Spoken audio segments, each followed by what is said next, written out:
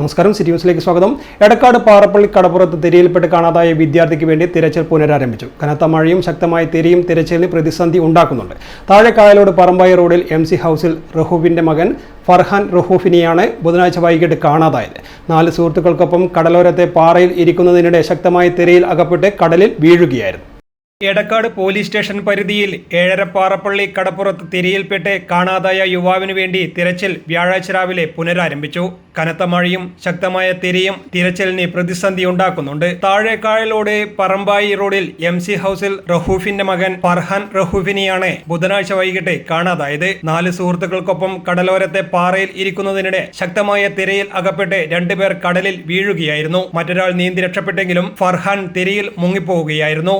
എടക്കാട് പോലീസും ഫയർഫോഴ്സും രാത്രിയിൽ തന്നെ തിരച്ചിൽ നടത്തിയെങ്കിലും കണ്ടെത്താനായില്ല. എടക്കാട് മുഴപ്പിലങ്ങാട് വില്ലേജ് ഓഫീസർമാരും സ്ഥലത്തെത്തിയിരുന്നു. വ്യാഴാഴ്ച പകൽ ഫൈബർ വള്ളത്തിൽ മത്സ്യത്തൊഴിലാളികൾ കടലിൽ തിരച്ചിൽ നടത്തി വരികയാണ്. News desk city news.